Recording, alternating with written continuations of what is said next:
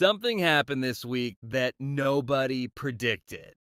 The United States men's national team just won their group at the 20 Paraguay, followed by a 2-0 shutout of Australia. And they did it without their best player. Christian Pulisic, the face of American soccer, didn't even play the Australia game. Calf injury. Sat in the stands and watched. And the US won anyway. 6 points is the highest point total the USMNT has ever collected in the group. Last video and thought, okay, maybe I'll pay attention to this tournament. I need you to understand something right now. This isn't just Americans finally watching soccer.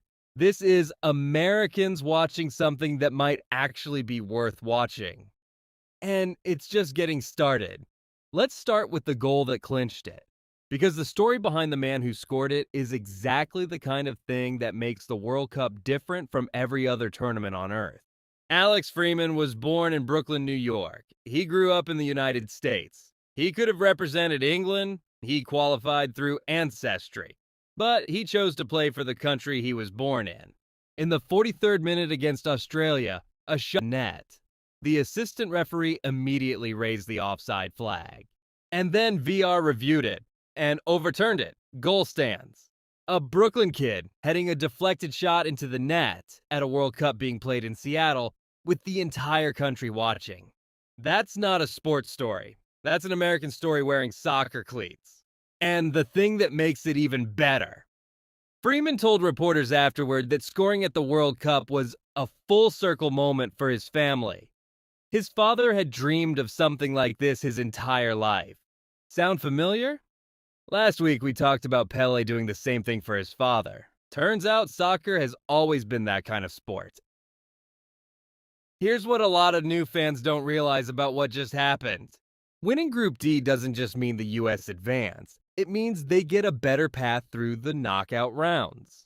The World Cup bracket works like this. Group winners face third-place teams from other groups in the round of 32, while second-place finishers face other second-place teams. Third-place finishers, the 8 best among the 12 groups, get matched against group winners. In plain English, winning the group means the US avoids the other group winners until much later in the tournament. It's the difference between a manageable path to the quarterfinals and a brutal one. The US plays Turkey on June 25th in their final group match. A game that means nothing for their advancement, but everything for momentum and confidence heading into the knockouts. Their round of 32 match is July 1st in Santa Clara, California. The opponent is still being determined. But whoever it is, they'll be facing a US team that has now gone 2 games, 6 goals scored, 0 conceded in the first half of either match. And a group of players who look like they genuinely believe they can win this thing. Now let's talk about the elephant in the room, because everything I just described happened without the best American soccer player alive. Christian Pulisic plays for AC Milan, one of the most storied clubs in the world. He's the player who has carried American soccer's hopes on his back for the better part of a decade. The player who scored in a World Cup knockout match in 2022 and got injured doing it had to be substituted immediately after scoring and still came back out for the second half because he refused to leave. He's currently dealing with a calf injury. His coach Mauricio Pochettino player to a team with their star player back in the lineup for the matches that actually decide everything. That's not a warning sign. That's a weapon being held in reserve. One game that made jaws drop. A 7-1 demolition of Curacao that included 5 goals in the first half.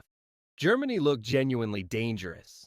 France had their match against Iraq suspended at halftime due to a severe thunderstorm in Philadelphia. Play stopped for 2 hours. Kylian Mbappe waited, came back out, and scored again anyway. France won 3-0. Brazil drew their opener against Morocco, but recovered to beat C, and they still have to play each other. This tournament has barely started, and here's the honest truth about where this tournament goes from here. The group stage ends June 27th. The round of 32 runs from June 28 to July 3. The round of 16 runs July 5 to July 7. Quarterfinals are July 9th to July 11th. Semifinals July 13 and 15. The final is July 19th. That's 4 more weeks of this. If you started watching because of the USMNT, here's your viewing guide for the rest of the group stage. The US plays Turkey on June 25th at 10 p.m. ET at SoFi Stadium in Los Angeles. Pulisic may return for this one. Then they go into the round of 32 on July 1st in Santa Clara. If you started watching because you just generally got swept up in the tournament, here are the matches worth clearing your schedule for. Morocco versus Brazil on June 24th could decide who tops Group C. Norway versus France on June 26th is a straight knockout preview between two of the tournament's best teams. And Argentina, who won their group, will be one of the favorites all the way to the final. Whatever brought you here, keep watching. This tournament is just getting started, and the best of it hasn't happened yet. 3 weeks ago, most Americans couldn't name 3 players on the U.S. men's national team. Right now, Alex Freeman's name is trending. Folarin Balogun is a household name in soccer circles. And the USMNT is sitting at the top of their group with the best record in program history. This is why the 2026 World Cup is different. Not just because it's here, because for the first time in a long time, American fans have something real to believe in. I'm 11 Yards. New video every week through the final on July 19th. History, context, and everything you need to understand what you're watching. Subscribe so you don't miss the next one. Free World Cup cheat sheet is in the description. Grab it before the Turkey match on Thursday. See you next video.